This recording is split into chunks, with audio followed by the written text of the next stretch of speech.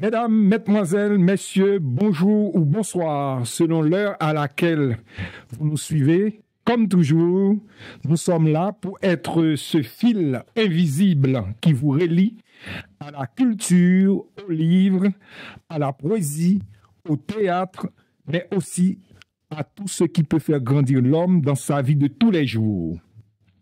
La musique qui console, la peinture qui éclaire, la danse qui libère et la parole qui réunit. Nous sommes là pour vous accompagner dans ce voyage où l'art devient une nourriture pour l'âme et un viatique contre l'oubli. Mon invité sur ce plateau, il est là. Il s'agit de Maître Éric Sauré. Il est poète, écrivain, dramaturge, mais aujourd'hui, il est là pour parler de son activité théâtrale. Retenez bien ces deux dates, samedi 18 et dimanche 19 octobre. Vous allez assister à quelque chose de très inédit. C'est l'éloge funèbre d'une grande dame de l'histoire d'Haïti. C'est la veuve de l'empereur Jean-Jacques Dessalines. Ce serait au théâtre dans la ville de Groslay, à l'église de Groslay. C'est le samedi 18 octobre et dimanche 19 octobre. Maître Sauré, bienvenue. Je suis très heureux de vous avoir sur ce plateau pour parler de l'histoire. Comme vous le savez, vous avez l'habitude de faire des pièces de théâtre qui parlent de l'histoire d'Haïti. Après Toussaint Louverture face à Napoléon, après les trois femmes les plus puissantes d'Haïti, Choukoun, et aujourd'hui, nous sommes avec le curseur sera mis sur la veuve de Dessalines, Marie-Claire Heureuse Bonheur. Je rappelle qu'elle est née en 1758 et elle est morte en 1858, c'est-à-dire qu'elle a vécu des siècles. Maître Sauré, pouvez-vous nous dire depuis combien de temps vous préparez cet éloge funèbre consacré à Marie-Claire Heureuse Bonheur? Bonjour, cher Maguet Delvar. Je tiens d'abord à vous remercier pour cette invitation à parler de l'éloge funèbre de l'impératrice Claire Heureuse. Je tiens également à remercier H-Live pour le travail qui est fait dans la communauté haïtienne de France. Ce n'est pas un travail évident, mais il faut continuer. Et puis, je salue tous les spectateurs et toutes les spectatrices de cette émission, qui est une très bonne émission et à laquelle j'ai très plaisir de participer. Depuis combien de temps est-ce que je travaille sur cet éloge? Eh bien, c'est un éloge que j'ai commencé à écrire en 2020. Pendant le Covid. Et vous savez, pendant ce temps-là, on avait beaucoup de temps. On s'ennuyait pour certains. Moi, je ne m'ennuyais pas. J'ai commencé l'écriture de cet éloge parce que je me suis interrogé sur ce que je n'avais pas encore fait dans mon travail culturel, dans mon travail littéraire, dans mon travail de création en tant que dramaturge. Et puis, j'ai passé en revue les pièces qui ont été rappelés, Choukoun, Toussaint Louverture face à Napoléon Bonaparte, les trois femmes les plus puissantes d'Haïti, Claire Heureuse, Catherine Flon et Défilé, pour moi en tout cas. Et puis je me suis dit qu'il manquait quelque chose. Il manquait quelque chose parce que, et je m'en vais d'ailleurs, parce que j'ai fait une pièce qui était, à mon avis, extraordinaire. Il y a eu beaucoup de personnes lors des représentations. Et puis, quand j'interrogeais des gens sur Claire Heureuse, les gens n'arrivaient pas à me répondre. Donc, je m'en suis voulu. Je me suis dit, je n'ai pas été jusqu'au bout de mon travail parce que les femmes qui ont joué ont été extraordinaires. Et en fait, il manquait quelque chose. Ce qui manquait, c'est un travail exceptionnel sur le personnage de Claire Heureuse, le personnage historique, j'entends. Celle qui a été incarnée sur scène par une de mes tragédiennes était extraordinaire, mais je pense que les gens avaient besoin et ont besoin qu'on leur dise encore plus ce qu'était Claire Heureuse. Parce que dans la pièce Claire Catherine Défilé, elle est venue pour jouer un rôle autour de son mari. Donc elle était encore la femme de Dessalines dans cette affaire. Et là, c'est différent. C'est ça. Là, c'est un éloge funèbre que tu vas prononcer. C'est ça, et ça la concerne. Ça la concerne. Alors, pour les téléspectatrices et les téléspectateurs qui nous écoutent, si le 18 et le 19 octobre, vous allez prononcer cet éloge, c'est qu'il n'en a pas eu. C'est ça. C'est-à-dire que cet éloge va être prononcé pour réparer une injustice. Claire Heureuse, qui a joué un rôle capital dans l'histoire du pays, parce qu'elle était femme de Dessalines, mais parce que aussi elle était une combattante. Elle était sur le terrain de guerre, c'est-à-dire qu'elle a participé, elle aussi, à l'indépendance de Haïti. C'est vrai qu'on cite beaucoup d'hommes, on cite aussi quelques femmes. Mais elle avait un rôle exceptionnel parce qu'elle était la femme du chef. Donc elle voyait tous les enjeux, elle voyait tous les coups qu'il pouvait prendre et qu'il pouvait aussi donner, parce que Dessalines en a donné.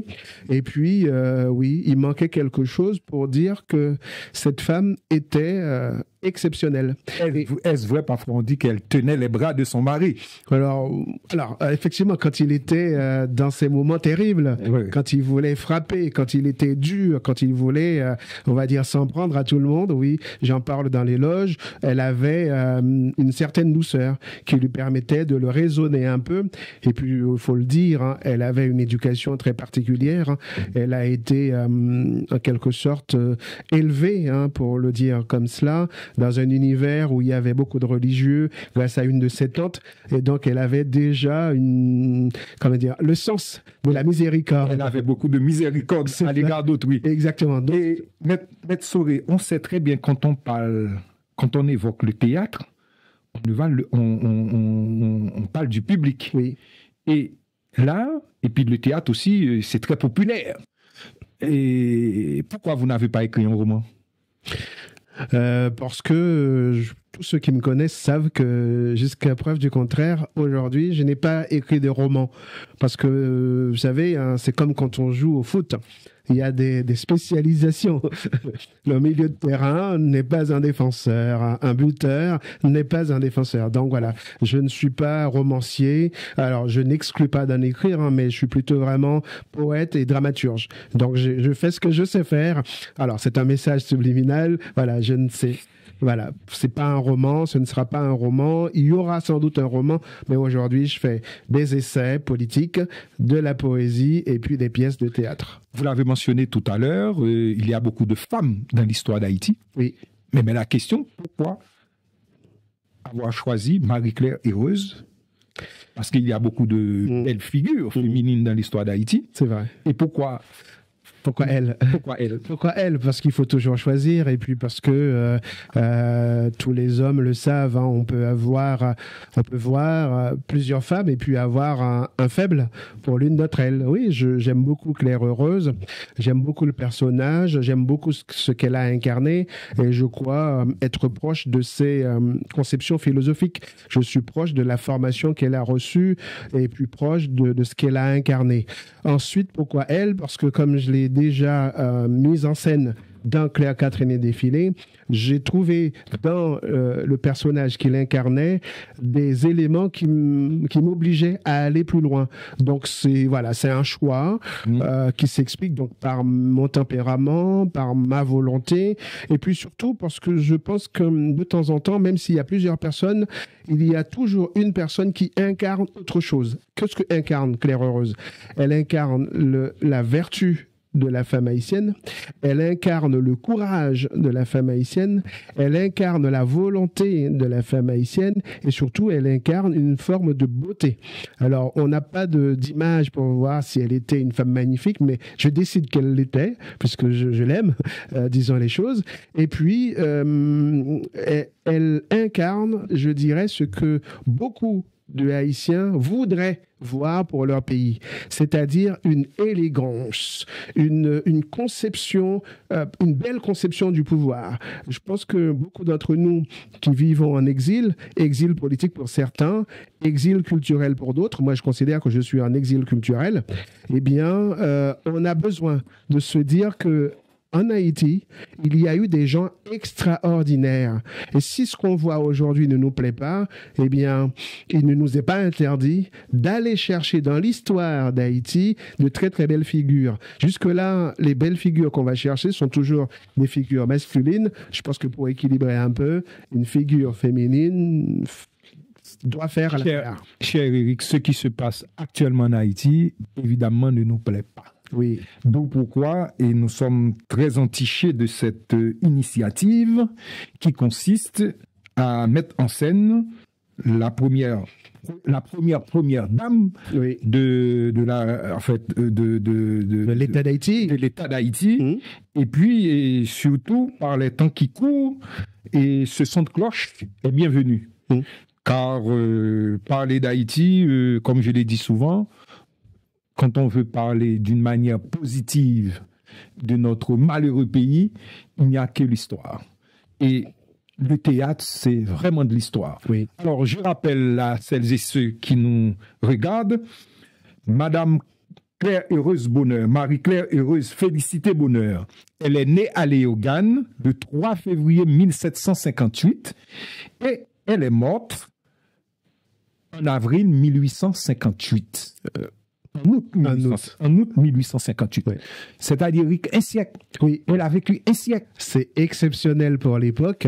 100 ans, c'est extraordinaire. C'est-à-dire qu'elle a traversé toute la période et surtout, elle a vu les difficultés pour Haïti de se construire en tant qu'État.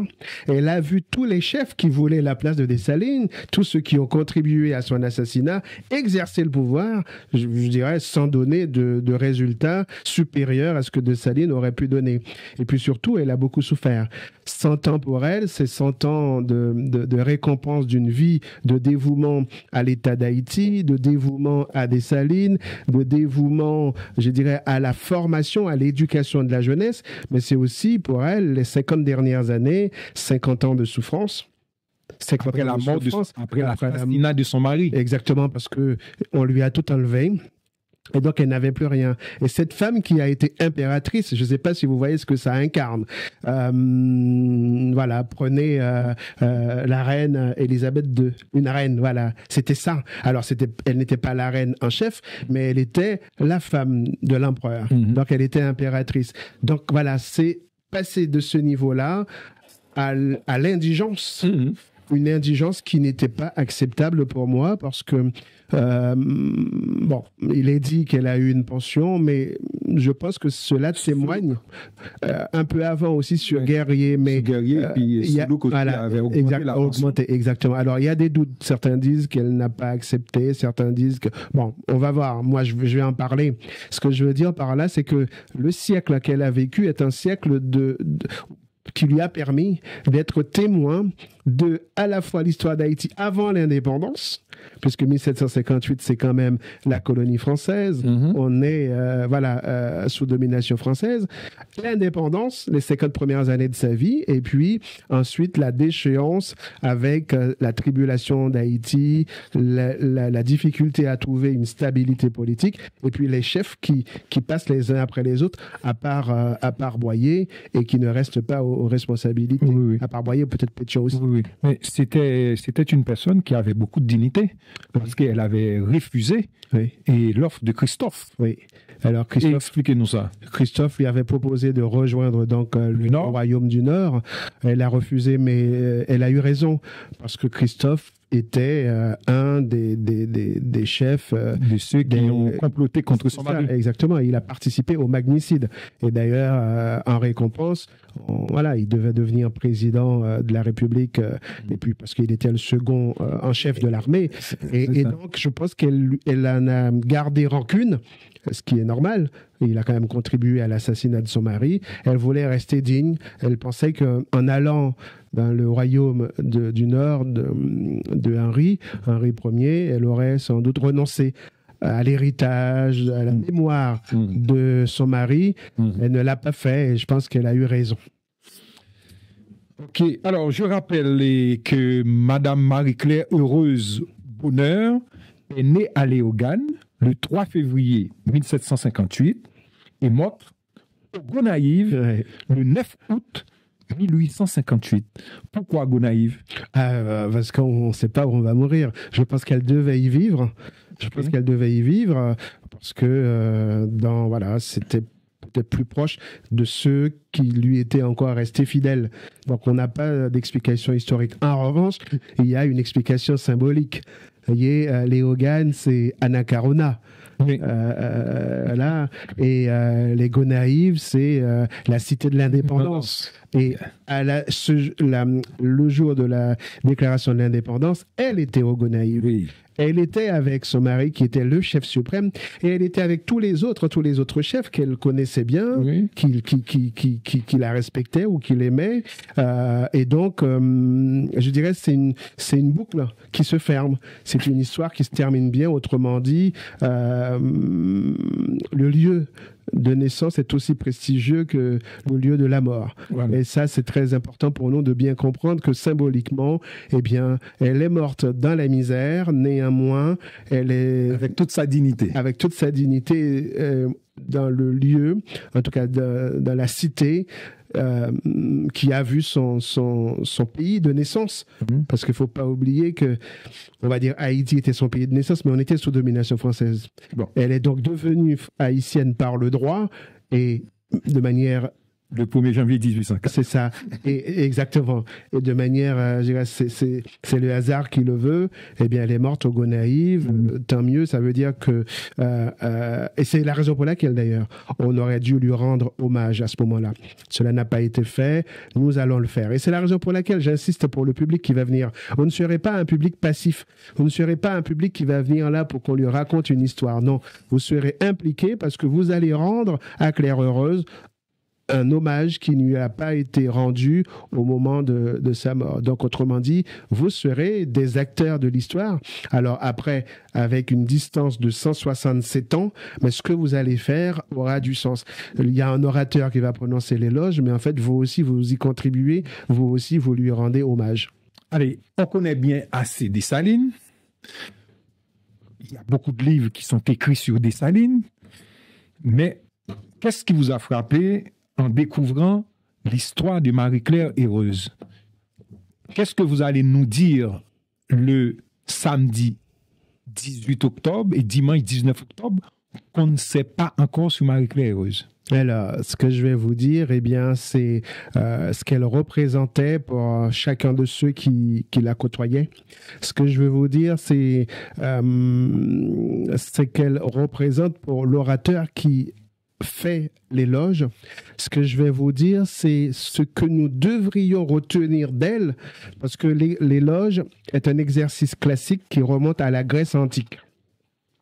Il y a des passages qui sont obligatoires, qui sont obligés dans un éloge. Donc, on ne peut pas y dire n'importe quoi. Il y a un cadre, en quelque sorte. C'est avant tout un exercice académique. C'est ça, c'est un exercice académique qui servait, et c'est la raison pour laquelle c'est important, qui servait aux Grecs, eh bien, à rendre hommage à des personnes décédées, mais des personnes qui ont servi la cité.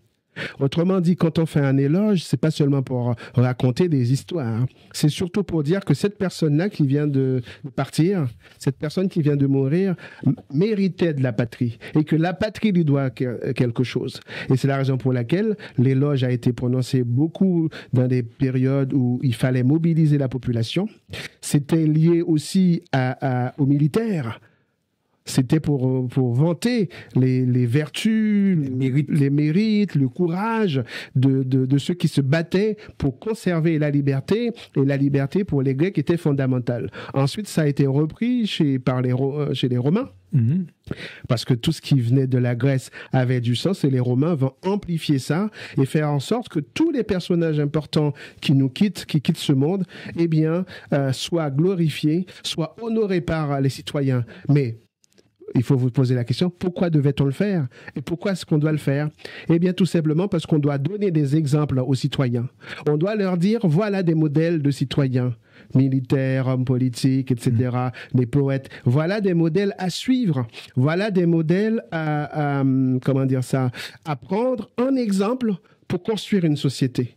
Et le fait de le faire, eh bien, avait une importance considérable. Ça, c'était le premier point. C'est la première phase de l'éloge. Ensuite, on peut prendre certains éléments, faire des comparaisons pour évoquer la lignée de la personne, c'est-à-dire son histoire, son ascendance, peut-être aussi sa descendance si on le veut, si on le souhaite, et puis d'autres personnages célèbres qui ont pu vivre à côté de cette personne. C'est la raison pour laquelle, eh bien, on va parler de Dessalines. C'est la raison pour laquelle on va parler de Magloire Ambroise, qui est un des militaires les plus importants de l'indépendance d'Haïti et qu'on connaît très peu. On va parler de Boiron-Tonnerre. Pourquoi Boiron-Tonnerre? Parce que Claire Heureuse, quand elle devient impératrice, il y a des textes qui sont rédigés et tous les textes qui ont suivi, qui ont été rédigés après l'indépendance d'Haïti, ont été rédigés par Boiron-Tonnerre, qui est l'idéologue d'Haïti et de Dessalines. Autrement dit, toute la pensée haïtienne, toute la pensée Il a rédigé l'acte de l'indépendance du pays. Il a tout rédigé. Oui. Il a tout rédigé. Avec son caractère, mais voilà, on le connaît très peu. Mais Éric, oui. Si je me souviens bien, pourquoi chaque fois qu'il y a la société haïtienne traverse une crise terrible et tu nous renvoies à l'histoire? Pour le bicentenaire, tu avais fait la même chose. Oui, oui. Et là, maintenant, notre pays est traversé d'une crise de souveraineté terrible. On dirait même que le pays va trépasser. Oui. Et là, vous nous sortez une page d'histoire. Et pourquoi? Bien, pour ce que je viens de vous dire là, c'est qu'il faut que nous comprenions que nous avions des modèles dans notre pays. Il faut que nous comprenions que nous avions des hommes qui avaient une pensée, qui avaient une doctrine en quelque sorte politique, qui avaient une vision. On a quand même des hommes qui, pour beaucoup, sont nés dans l'esclavage. Pas tous, mais certains. Et ils sont devenus de grands généraux. Ils sont devenus empereurs pour Dessalines, impératrice pour Claire Heureuse. C'est-à-dire que, autrement dit, nous avions un pays où les hommes pensaient qu'il n'y avait pas de déterminisme. Ça, c'est important. Ils pensaient qu'on pouvait naître à une position A et arriver à une position B, C et même plus. On n'avait pas besoin d'être aidé. On n'avait pas besoin Tu es en train de nous dire que compte tenu de ce qui nous est arrivé par les temps qui courent, nous ne méritons pas notre passé. Non, je ne le dis pas, parce que je considère que le peuple haïtien vit une épreuve. Et je suis l'un des seuls à dire que le peuple haïtien est un peuple jeune. L'État d'Haïti est un État jeune, 200 ans. Oui, à l'échelle de l'histoire, c'est rien. C'est très peu. Et c'est cette modestie qu'il faut que nous ayons. On ne peut pas concurrencer la France, on ne peut pas concurrencer l'Angleterre, on ne peut pas concurrencer des États qui sont des États millénaires. On a une élite qui n'a que 200 ans, 220 ans, 224 ans à l'échelle du monde. Et on concurrence d'autres. Alors, ce n'est pas parce qu'on ne peut pas concurrencer qu'il ne faut rien faire. Et c'est justement ça, l'histoire d'Haïti. On ne pouvait pas concurrencer, mais on pouvait inventer une voie. Et c'est ce que Dessalines a fait, Henri Christophe, Alexandre Pétion. Mais, disons la vérité, à un moment donné, il y a eu une rupture. Et cette rupture qu'il y a eu, c'est une rupture entre les monarchistes d'Haïti et les républicains. Et ça, il faut bien le comprendre, parce que sinon, on va à chaque fois dire, oui, ils ont fait la guerre civile, ils ont fait la scission. Non, certains d'entre eux étaient des monarchistes, des royalistes, et vous savez qu'aujourd'hui, il y a beaucoup de jeunes haïtiens qui demandent le rétablissement de l'Empire. Bon, pourquoi pas? Et puis, il y avait de l'autre côté les gens de l'Ouest, tels qu'Alexandre Pétion et compagnie, les gens du Sud, qui étaient plutôt des républicains. Et donc, c'est un conflit idéologique. Ils ne se sont pas entendus, et vous le savez aujourd'hui, soit on est royaliste, soit on est républicain. Oui. Alors, revenons-en à Marie-Claire Heureuse, à l'éloge funèbre, et qui sera prononcé le samedi 18 et dimanche 19, et à l'église de Groslay, en banlieue parisienne. Mais on sait, il n'y a pas beaucoup de sources historiques disponibles quant à Marie-Claire Heureuse. Comment quelle est donc la part de l'imaginaire et de l'histoire vraie? Alors, il y a très peu de sources parce que tout simplement, elle a été victime de tout ce qu'on a déjà dit. Les hommes écrivent l'histoire pour des hommes, donc ils ont à chaque fois oublié, même pour défiler, il n'y a rien. Et donc, nos historiens avaient un travail à faire qui n'a pas été fait, ce qui permet du coup, quand on fait du théâtre, d'avoir une liberté extraordinaire parce qu'on fait de la fiction et c'est là aussi il faut faire attention. Pour ceux qui vont venir, tout n'est pas histoire. Et tout n'est pas théâtre. C'est un mélange entre les deux. C'est une synthèse. Il y a des éléments historiques que tout le monde connaît. Je vais en parler un peu. Et puis, il y a ma part de créativité parce que je suis un auteur. Un auteur est un créateur. Il invente des choses. Il romance. Alors, un petit peu, là, c'est du théâtre. Donc, oui, là où il n'y avait pas de source, parce qu'il y en a très peu sur Claire Rose. Et c'est aussi la raison pour laquelle j'écris beaucoup. Avec Claire Cartier Défilé, maintenant, il y a un livre.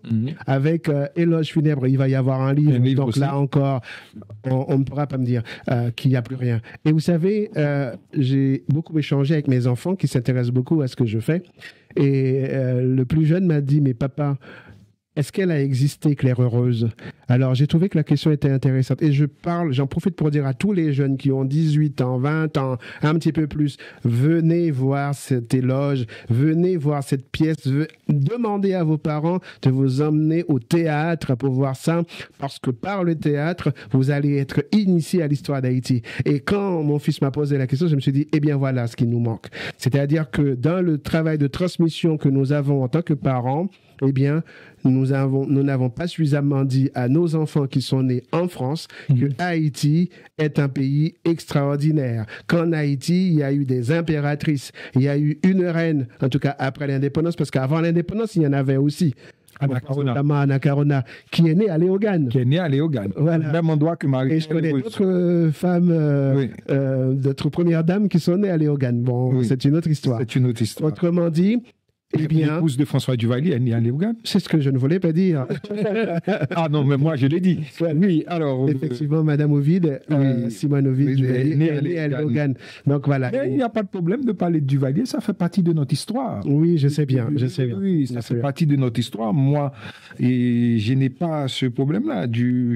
Je raconte l'histoire diplomatique d'Haïti et Duvalier occupe un pan entier de notre diplomatie haïtienne.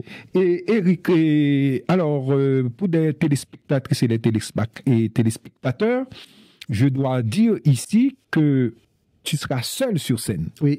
Tu seras seul sur scène, mais ce n'est pas un one-man show. Parce que ce n'est pas un show. Non. C'est un éloge. Oui. Comment tu vis cette expérience d'acteur face au public dans ce tête-à-tête avec la mort et la mémoire? Parce qu'un éloge, c'est ça. Oui. C'est un va-et-vient entre la mort et la mémoire. On utilise la mort de personnages célèbres pour donner des exemples aux personnes.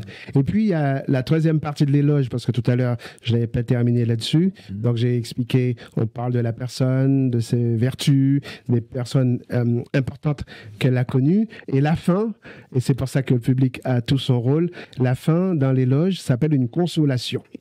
Voilà.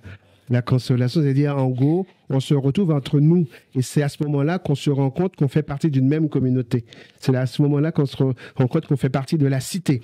C'est vraiment important. Si vous ne venez pas, ça veut dire, en gros, vous ne vous considérez pas comme étant un membre de la société, de la communauté à laquelle appartenait Claire Heureuse. Et cette communauté doit lui rendre hommage. Eh bien, comment est-ce que je vis ça, chère Maguette Delvar? Je le vis avec passion, parce que j'adore le théâtre, et parce que j'adore l'histoire d'Haïti, parce que j'adore Claire Heureuse. Et je trouve que c'est l'occasion pour moi de dire aux citoyens haïtiens qui vivent dans la diaspora que notre histoire est magnifique, que c'est cette histoire-là qui nous permet de nous considérer les uns et les autres comme frères et sœurs. S'il n'y a pas cette histoire-là qu'on peut utiliser à travers la culture, je peux ne jamais voir certains de mes compatriotes. S'il n'y a pas cette histoire-là, je peux vivre en France en dehors de la communauté.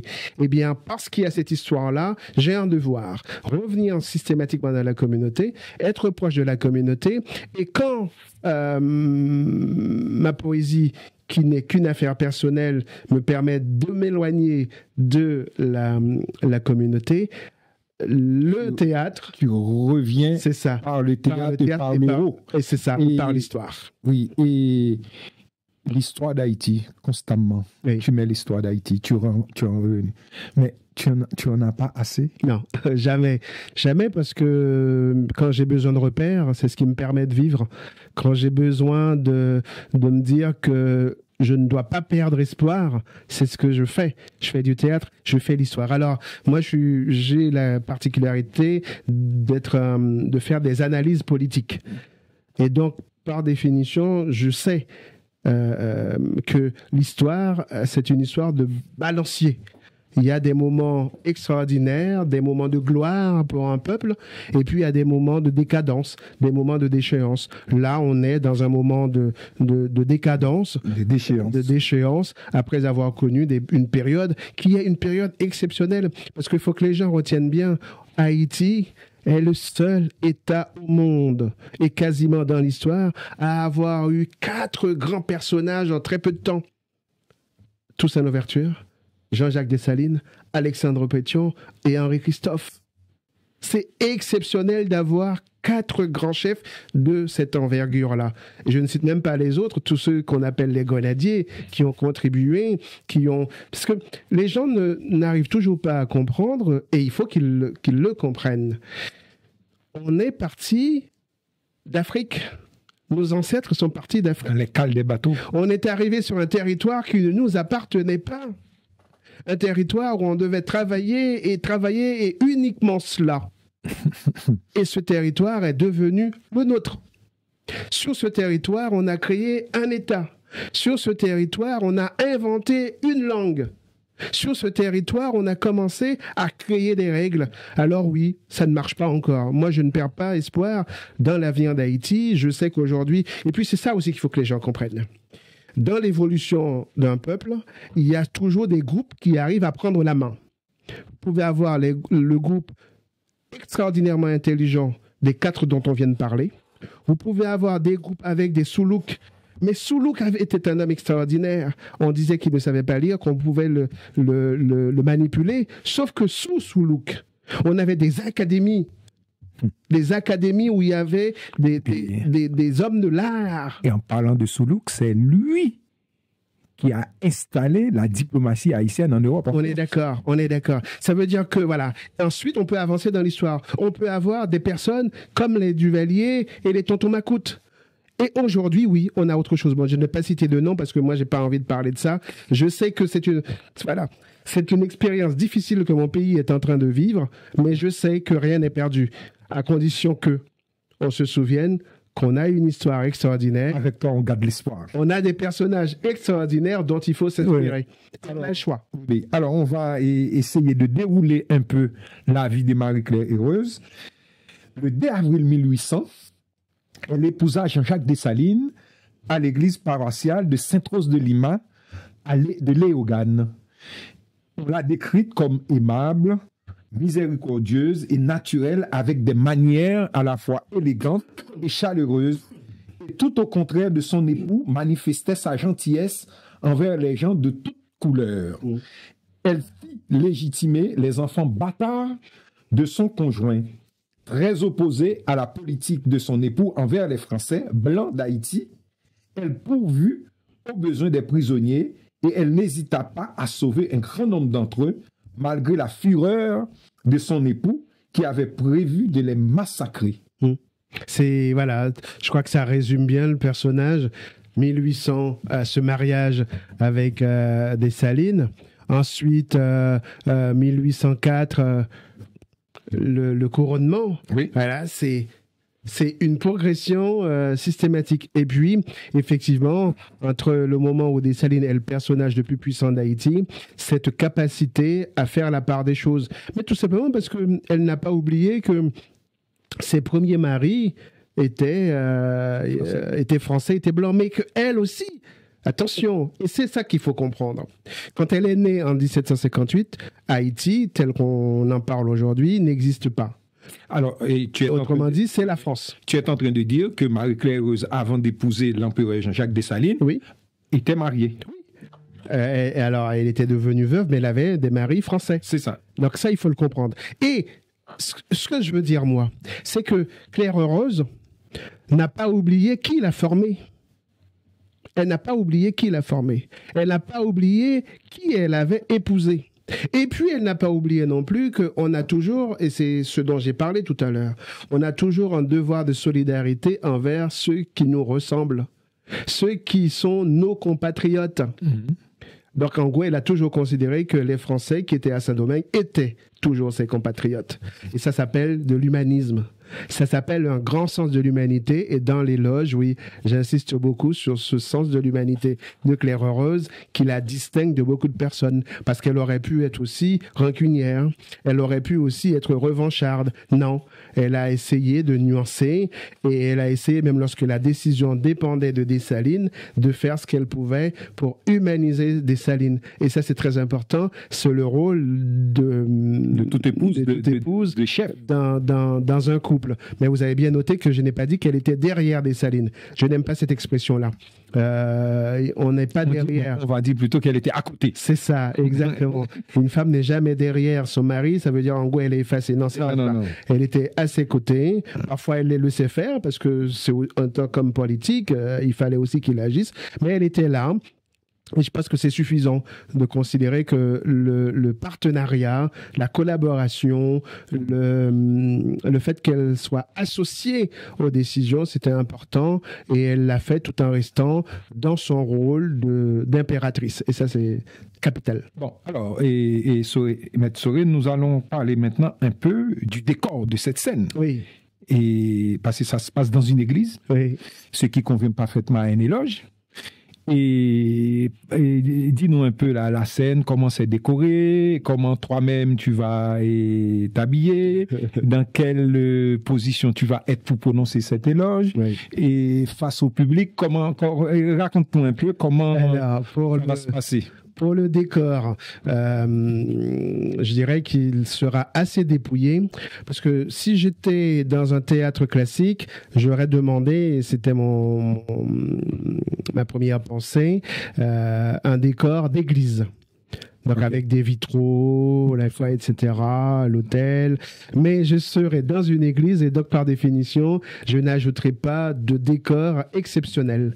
En revanche, ce que je vais faire, puisque l'église en elle-même sera un décor naturel, sacré, eh bien, je vais procéder à ce qu'on appelle une mise en valeur des vitraux. Mais je ne vais pas tout dire parce que ça fait partie aussi de ce qui fait que l'expérience théâtrale est une expérience émouvante dont on doit se souvenir toute sa vie. Vous viendrez voir ma pièce et vous vous en souviendrez toute votre vie parce que ce que vous allez vivre, ce sera une expérience exceptionnelle. Voilà, ce sera le samedi 18 octobre à 20h. Oui, 20h30. 20h30 et le dimanche 19 octobre à 17h30. À 17h30. Et Eric, on l'a dit, la pièce sera jouée en Île-de-France, au cœur de la diaspora haïtienne. Oui. Quel sens particulier prend-il pour vous de présenter ce spectacle loin de la terre natale, mais au milieu des compatriotes haïtiens vivant en France? Quel est le message essentiel de cette pièce de théâtre? Le message de cette pièce, c'est que Claire Heureuse était une grande femme, il faut l'honorer. Claire Heureuse était une grande impératrice, il faut le savoir, il faut le dire. Et il faut, en repartant de l'église, aller, je dirais, à travers nos maisons, nos villes, parler de Claire Heureuse et faire savoir que, voilà, on peut avoir la tête haute en parlant de cela. L'autre raison de faire ça en Île-de-France, c'est dire que on a besoin, dans cette communauté, d'avoir des activités qui sortent de l'ordinaire. Je sais que mes compatriotes aiment beaucoup aller au bal, c'est très bien, c'est une activité, voilà, il faut le faire. Oui, Ils aiment bien aller assister aux conférences, c'est très bien, c'est une activité particulière, il faut y aller. Mais il faut aussi aller au théâtre parce que ça participe de la socialisation, ça participe de votre manière de vous intégrer dans la société. Surtout de l'initiation à l'histoire. C'est ça. Et ça, c'est vraiment fondamental, c'est vraiment capital parce qu'en fait, toutes ces activités-là, quand vous y participez, cela montre bien déjà que vous êtes inséré, que vous êtes intégré dans la société. Et pour vos enfants, c'est capital parce que vous allez donner envie à vos enfants de continuer à apprendre et surtout de continuer à s'élever. Alors, je sais que mes compatriotes ne sont pas habitués avec le théâtre classique, mais ne vous inquiétez pas, moi, je m'en occupe. Moi, je vous demande de venir. En tout cas, le message est passé. Oui. Et puis surtout dans le théâtre que tu fais depuis un bon moment ça fait une vingtaine d'années. Une vingtaine d'années dans la communauté haïtienne de France. On peut dire que c'est avant tout des actes de mémoire. Oui, oui, c'est ça. C'est faire en sorte qu'on n'oublie pas Haïti, faire en sorte que les images négatives qui nous viennent d'Haïti soient nuancées, parce que Haïti, ce n'est pas que ça. Et bien, faire en sorte aussi que les enfants qui sont nés ici, moi, encore une fois, moi, je suis fier de mes enfants, donc je le dis, c'est eux que je vois au jour le jour s'intéresser à l'histoire d'Haïti. Et même plus que moi sur certains sujets. Parce que, par exemple, cette année, on a beaucoup parlé de l'indemnité qu'Haïti a payée. Eh bien, j'ai découvert que mes enfants avaient des livres. Ils m'en ont pas parlé. Ils ont acheté des livres pour s'informer là-dessus. Et je trouve ça extraordinaire. Donc, je parle à tous les papas qui me regardent, qui regardent H-Live, je vous le dis, je vous parle les yeux dans les yeux, les papas et les mamans, vos enfants, même s'ils ne vous parlent pas d'Haïti, ils savent que c'est leur pays, ils aiment Haïti. Et quand vous les emmenez au théâtre pour qu'ils voient l'histoire d'Haïti, pour qu'ils voient des personnages d'Haïti, eh bien, pour eux, c'est extraordinaire. Même quand vous ne serez plus là, ils vont reprendre le flambeau et vous aurez joué votre rôle. Donc, voilà pourquoi j'ai envie que vous veniez. Alors, moi, mon cher, en ce qui concerne mes enfants, j'ai parlé abondamment d'Haïti devant eux. Oui. Mais je ne les imposais rien. Oui. Je les laisse aller eux-mêmes. Oui. Je pense que c'est réussi. Oui, c'est Parce ça. que mon fils aîné et Florian, ils s'intéressent beaucoup, et Lauriane s'intéresse, et tous mes enfants s'intéressent à Haïti d'eux-mêmes. Voilà, c'est ça. Et je pense que c'est très important pour nous de le dire, parce qu'en fait, ils pourraient devenir très, très, très militants. Ils pourraient, voilà. Et ils savent qu'ils ont un endroit où ils peuvent aller un jour quand cela sera possible. Et dans cet endroit-là, eh bien, il s'est passé un des événements les plus importants de l'histoire de l'humanité, c'est Haïti. Haïti est ce qu'il est aujourd'hui, mais nous aimons beaucoup Haïti, et moi, je le dis, voilà. Et nous sommes tristes de la voir parfois et par terre. Oui, mais quand les gens viennent voir une pièce de théâtre de cette nature-là, quand ils repartent la tête haute. Moi, et c'est l'un des rôles du théâtre. Oui, c'est ça. De faire passer des messages sociétaux. Oui. Et Éric, nous allons continuer sur la vie de Marie-Claire Heureuse Bonheur. Elle est citée pour avoir protégé les deux petites filles orphelines du Cap, Hortense et Augustine de Saint-Janvier, qui était un Français. Et pour avoir organisé leur rapatriement en France, elle fut faite impératrice en 1804. Oui. Après la déposition et la mort de son époux, en 1806, elle refusa l'hospitalité d'Henri Christophe. Comme les biens de son conjoint avaient été confisqués, elle vécut dans la pauvreté à Saint-Marc jusqu'en août 1843. On lui accorda une pension de 1200 gourdes. C'est dont on a parlé. C'est ça tout à l'heure, lorsque Faustin Ier devint empereur d'Haïti. Alors, pourquoi dans l'histoire d'Haïti, chaque fois qu'il y a un président haïtien qui est renversé, ou bien qui a fini son mandat, parce qu'on n'en a pas beaucoup qui a fini son mandat. Non. On a Nissa Saget et Préval. On a René Préval et on peut dire aussi Michel Martelly. Oui. Parce que voilà. Et bon, même si ça s'est terminé dans des conditions pas très. Ah non, pour lui, c'était ce qui était prévu. Martelly aussi a terminé son mandat. Il est parti, je dirais, de manière correcte. De manière correcte. Alors, dans toute notre histoire depuis 1804, on n'a que 3 chefs d'État, Nissa Saget, René Préval et Michel Martelly. Alors, Éric. Ce qui nous montre que voilà, on a un pouvoir qui est précaire, et dans ce pouvoir précaire, eh bien les hommes et les femmes d'Haïti, en tout cas les hommes et les femmes politiques subissent un sort terrible. Ils sont massacrés, ils sont tués, et ces exécutions, ces magnicides, parce qu'il s'agit de la mort, d'assassinat de chefs, eh bien pénalise Haïti dans son développement. Et c'est ce qu'il faut vraiment bien comprendre, et on vient de le voir avec le dernier magnicide, c'est-à-dire l'assassinat du président Jovenel Moïse. Eh bien, on le voit, depuis 4 ans, eh bien, on ne s'en sort pas. Parce que tout simplement, les gens n'ont pas suffisamment conscience de cela. Un chef d'État est sacré. Vous pouvez ne pas le respecter, vous pouvez le détester si vous le voulez, mais il est sacré. Et même s'il ne servait à rien, il se trouve que la plupart du temps, après l'assassinat, le pays connaît une période très difficile, très compliquée. Oui, alors je rappelle à celles et ceux qui nous écoutent, Oui, après l'assassinat du président Jovenel Moïse, tu as écrit un très beau et bon livre merci beaucoup. qui s'appelle « De l'opposition politique en Haïti », où tu expliques du point de vue des sciences politiques Oui. ce que cela représente d'assassiner un chef de l'État. Oui. Ce livre est disponible Voilà. sur Amazon.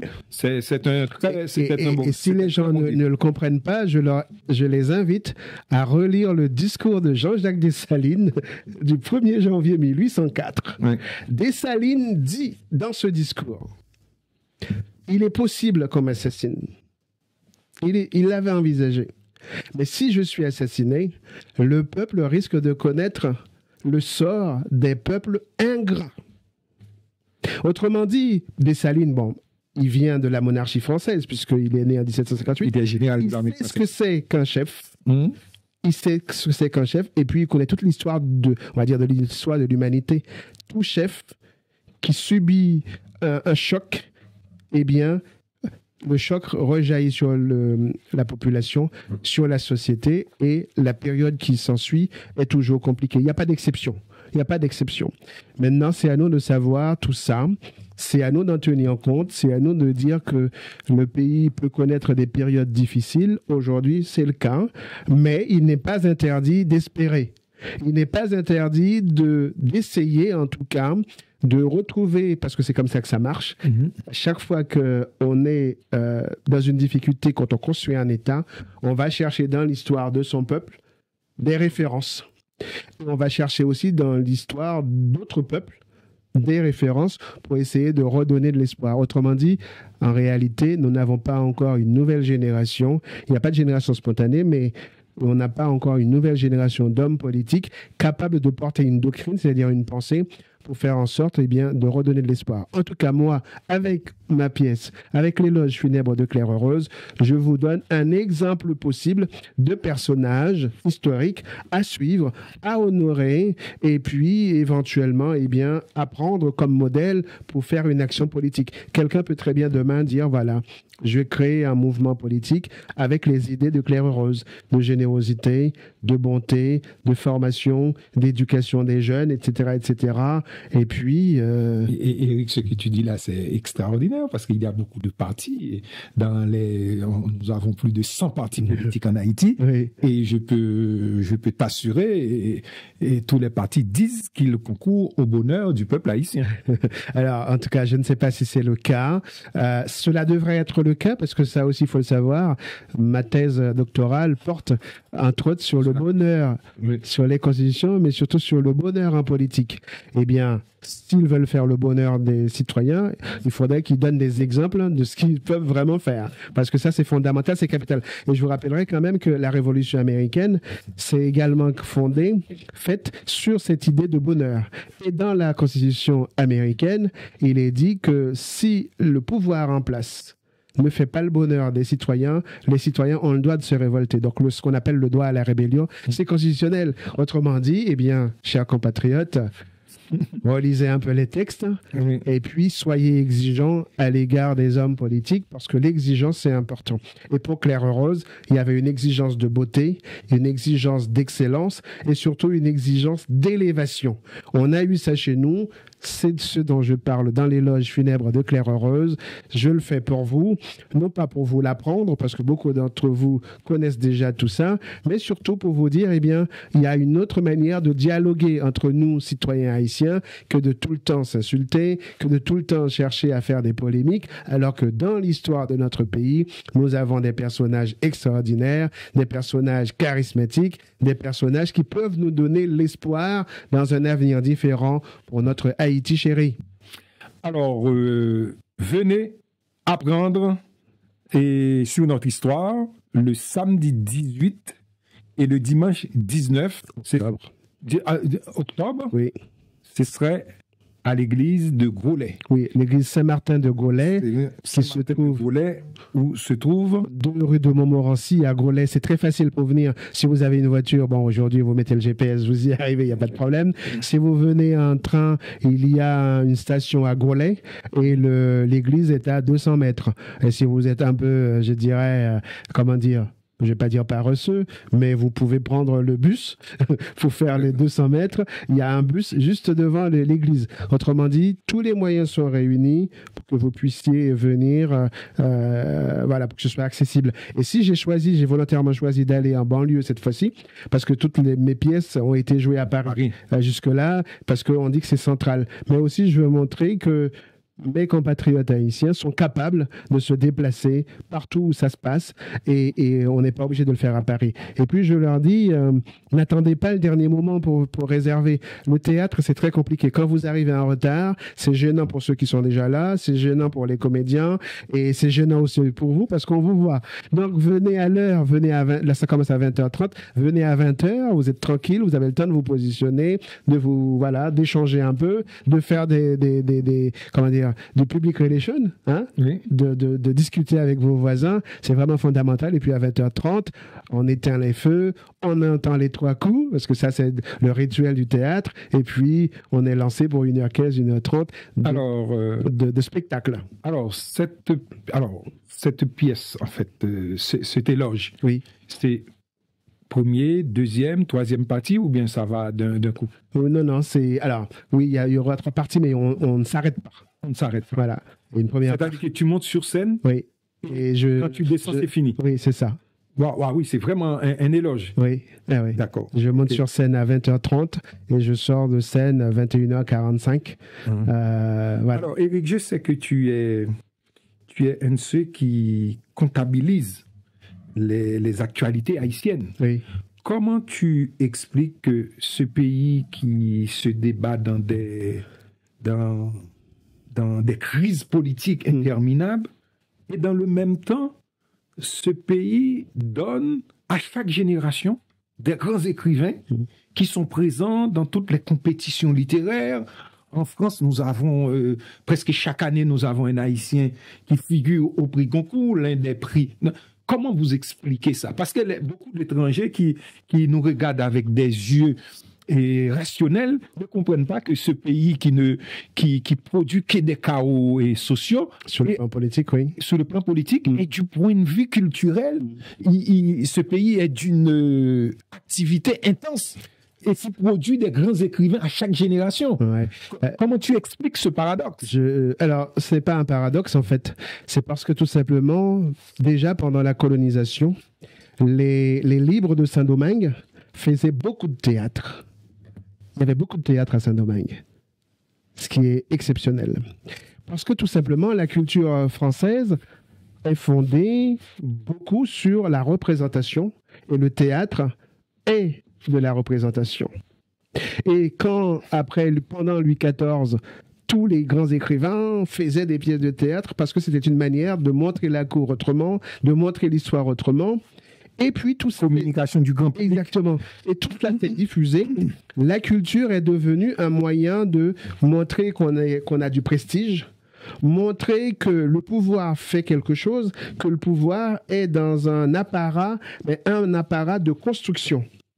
Et cet apparat, eh bien, c'est le chef. Mais on peut remonter plus loin. Chez les Chinois, c'était la même chose. Les mandarins participent du prestige.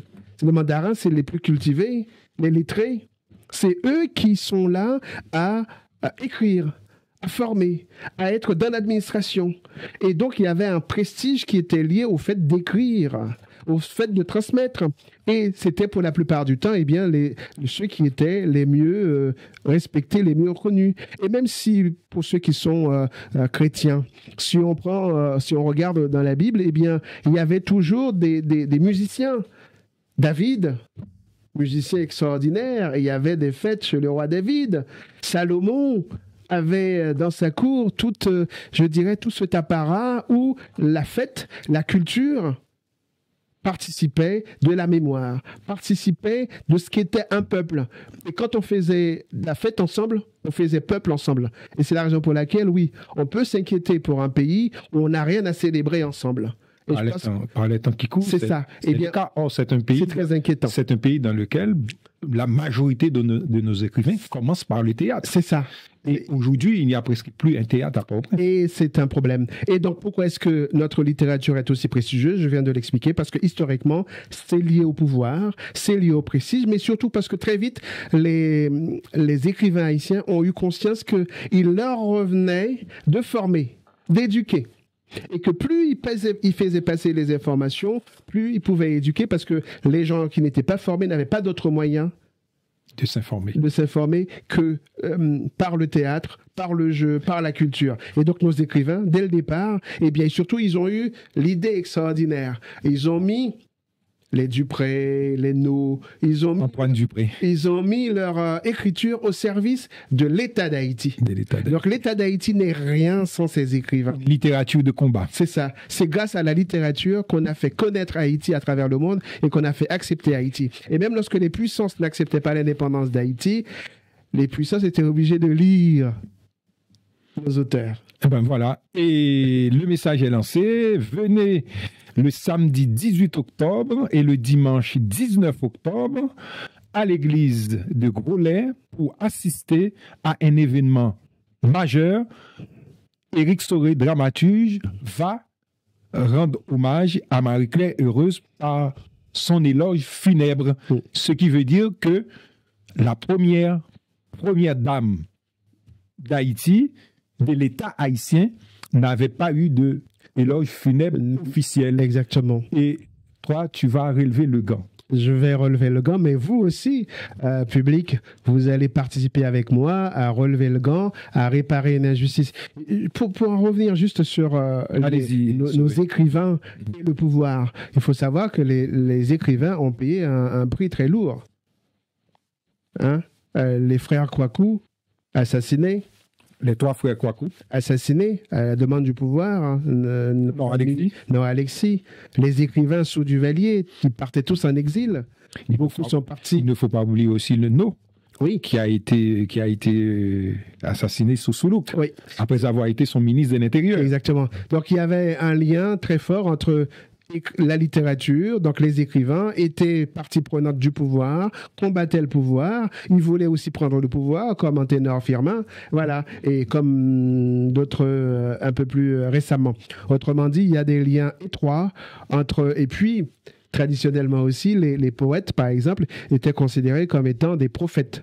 Donc, autrement dit, des envoyés, des gens qui parlaient au nom de l'au-delà. C'est ça. Et donc, il y a une part de sacré. Et en fait, vous allez participer à l'éloge funèbre de l'impératrice Claire Heureuse. Vous allez participer à un événement qui, dans la Grèce antique, était considéré comme étant sacré. Et même Bossuet, quand il faisait des oraisons funèbres, c'était considéré comme étant sacré.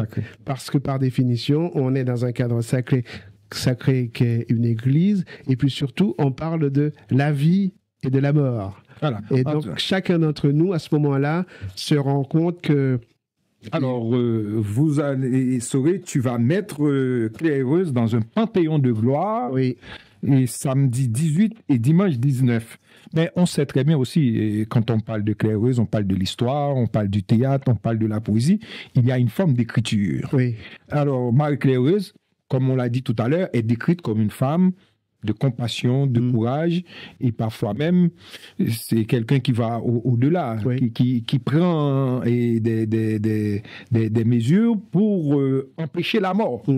Et comment avez-vous traduit toutes ces qualités dans l'écriture, dans le jeu théâtral, qui est le socle de ton travail? Oui, j'ai traduit ça en retraçant avec confiance ce qu'elle était, en restituant de manière comment dire ça, linéaire sa vie, et en mettant en lumière les actes, pour montrer que vous ne pouvez être vertueux que si vous avez fait des actes qui le sont.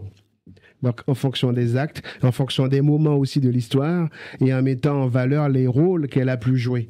C'est de cette manière-là que j'arrive à montrer ce qu'elle était, une femme de finesse, parce que pour faire de la diplomatie, quand on a Dessalines en face, il faut y aller. Une femme de caractère, mais une femme qui avait une noblesse. Une noblesse, c'est-à-dire une capacité, dans les situations les plus difficiles, à se souvenir de ce qu'elle était, mais surtout à se dire que dans cette situation difficile, je dois agir pour le bien. Et ça, c'est vraiment important. Claire-Heureuse l'a fait.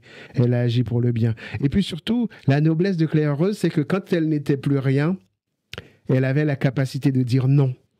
On l'a dit, hein, la pension. Oui, voilà. La pension, elle a refusé. Elle a refusé. Elle a préféré de vivre dans la gêne. Et ce que je dis, et je vous le dis, sa maison était devenue son île, sa terre d'asile, sa terre d'exil. Elle a été bannie.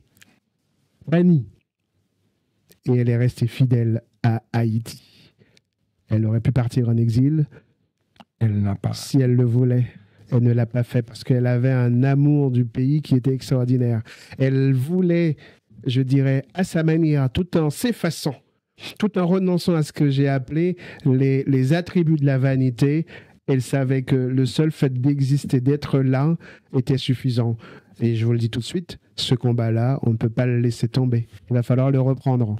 Alors, Éric, nous allons conclure notre émission Haïti littéraire à l'antenne. Comme vous le savez, nous recevons des écrivains, nous recevons des poètes et des musiciens. Et aujourd'hui, c'était toi, parce qu'il y a une actualité qui est très importante. C'est Éloge funèbre de Marie-Claire Heureuse, le samedi 18 et dimanche 19. Et les mots de la fin.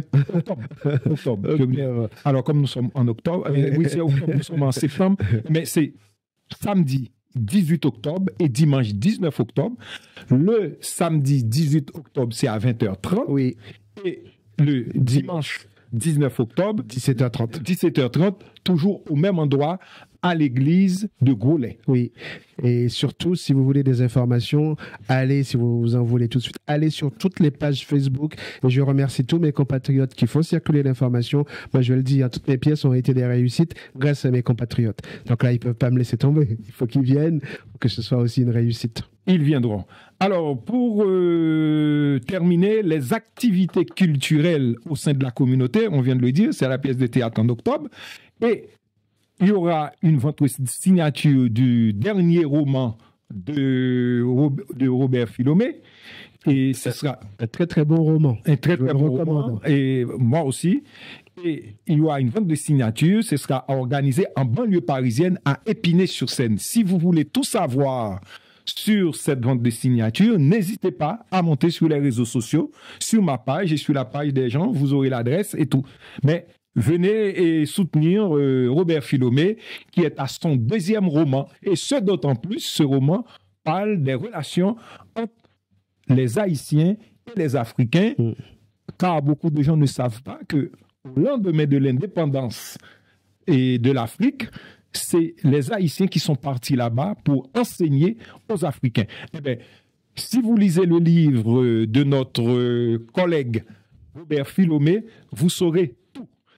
Alors, je dois vous signaler aussi la présence dans la capitale française, c'est-à-dire à Paris, de notre écrivaine, Madame Laens, qui figure au prix Goncourt cette année.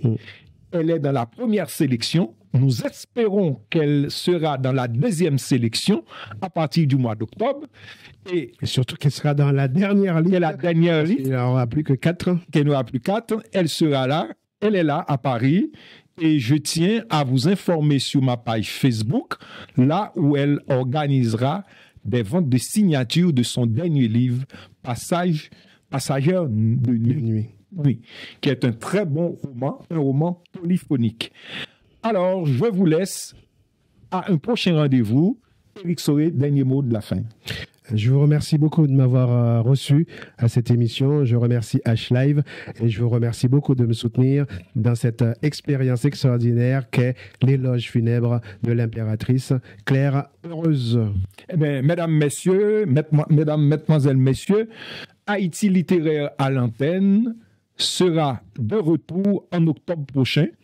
Et notre invité, bientôt, je vous le communiquerai sur ma page Facebook. Ce sera toujours un écrivain qui viendra parler de son livre, comme Éric Soré vient de parler de son éloge funèbre, qui est l'actualité au sein de la communauté, le 18 octobre 2025 et le 19 octobre 2025 à l'église de Groslay. Bientôt. Bye bye. Merci.